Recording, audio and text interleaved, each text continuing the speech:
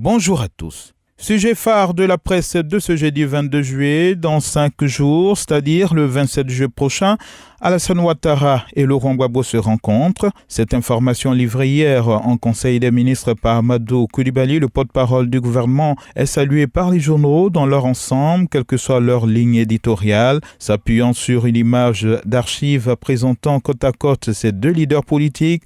Le jour plus se fait remarquer que pour la réconciliation nationale, le président Alassane Ouattara ouvre ses bras à son prédécesseur Laurent Gbagbo. Le patriote interprète cette rencontre comme un acte fort du chef de l'État. Ce journal rappelant que c'est Alassane Ouattara qui a favorisé le retour de l'ex-détenu de la CPI qu'est Laurent Gbagbo, et cette rencontre annonçait la preuve que le président est le premier artisan de la réconciliation nationale. L'essor n'hésite donc pas à qualifier le chef de l'État d'apôtre de la paix, et il en veut pour preuve les actes posés dans sa longue marche pour la recherche de la stabilité de la Côte d'Ivoire, et de citer la libération des prisonniers pro-Gbagbo, l'encouragement des exilés à rentrer dans leur pays, la facilitation pour le retour de l'ancien chef de l'État Laurent Gbagbo, et aujourd'hui cette annonce d'une rencontre avec lui. Une rencontre qui redonne de l'espoir aux Ivoiriens, estime ce journal.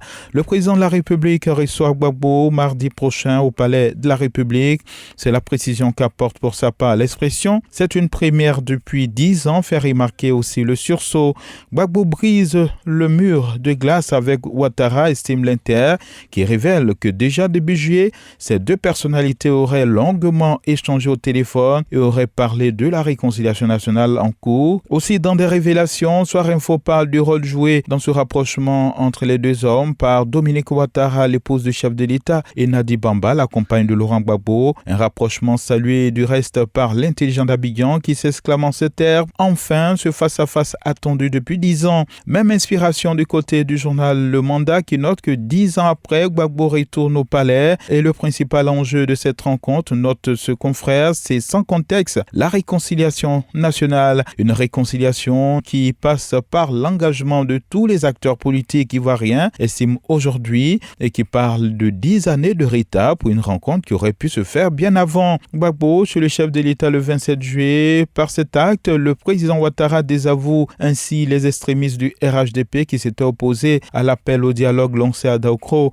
par Henri Konan Bédié et Laurent Gbagbo. C'est le point de vue en tout cas de notre voix, justement comme pour rappeler à ceux qui s'y opposaient. Le Nouveau Réveil et le Bélier Intrépide soulignent que ce dialogue annoncé entre l'actuel chef de l'État et son prédécesseur est la résultante de l'appel à un dialogue national inclusif lancé par Henri Konan Bédié, le président du PDC-RDA. De la lutte contre la corruption et la vie chère, il en est question dans les journaux. Un sujet au menu également du Conseil des ministres dont se fait l'écho au Fraternité Matin, qui parle des 8 premières mesures fortes du gouvernement contre la hausse des prix sur le marché, et à propos de la lutte contre la corruption et du blanchiment d'argent, de la création d'une juridiction spécialisée. C'est une information relayée aussi par le Sursaut et le Mandat, qui à propos notamment de la lutte contre la cherté de la vie, note que le gouvernement réaffirme son ferme engagement à travers ces 8 mesures.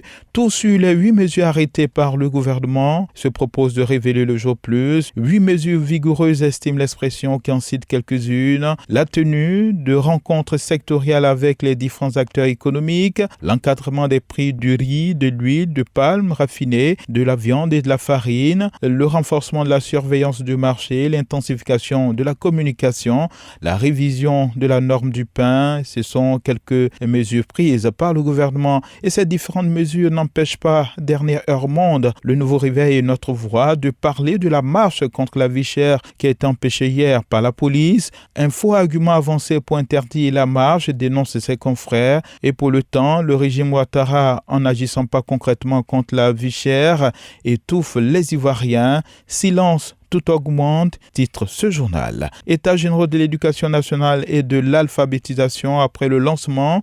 Ce qui va se passer désormais, croit savoir le rassemblement, parlant du programme, notamment le Nouveau Réveil en retient 3 phases. La préparation de ces états généraux qui se sont déroulés de mai à juin 2021, les consultations des parties prenantes de juin à décembre 2021, et la dernière phase, c'est de la capitalisation et la pérennisation des résolutions de janvier à mars 2022. Merci à tous et excellente suite de programme sur Radio de la Paix. radio de la paix. Se parler, s'écouter, se comprendre.